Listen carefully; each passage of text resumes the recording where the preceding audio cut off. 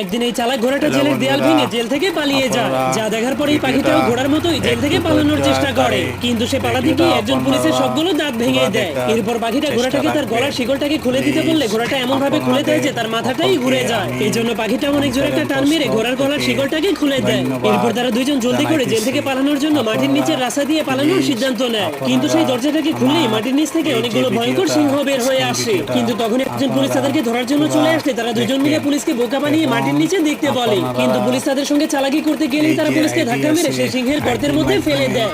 একটা সাবস্ক্রাইব করবে। এরপর ঘোড়াটা দেয়ালের উপর দিয়ে পালানোর জন্য রশি বেয়ে উপরে উঠতে শুরু করে দেয়। কিন্তু সেটা একটা ঘন্টার রশি হওয়ার কারণে পুলিশেরা ঘন্টার শব্দ শুনে আবারও তাদেরকে ধরার জন্য চলে আসে। এরপর ঘোড়াটা ঘন্টাটাকে পিছনে ফেলে দিলে ঘন্টাটা পুলিশের গায়ের উপরে গিয়ে পড়ে যায়। এই জন্য পুলিশ সোজা গিয়ে পানির মধ্যে পড়ে যায়। তখনই তারা দুজন সুযোগ পেয়ে বোম মারার মেশিন দিয়ে জেলখানার দেয়াল পার হয়ে পালিয়ে যায়। এই জন্য পুলিশও তাদেরকে ধরার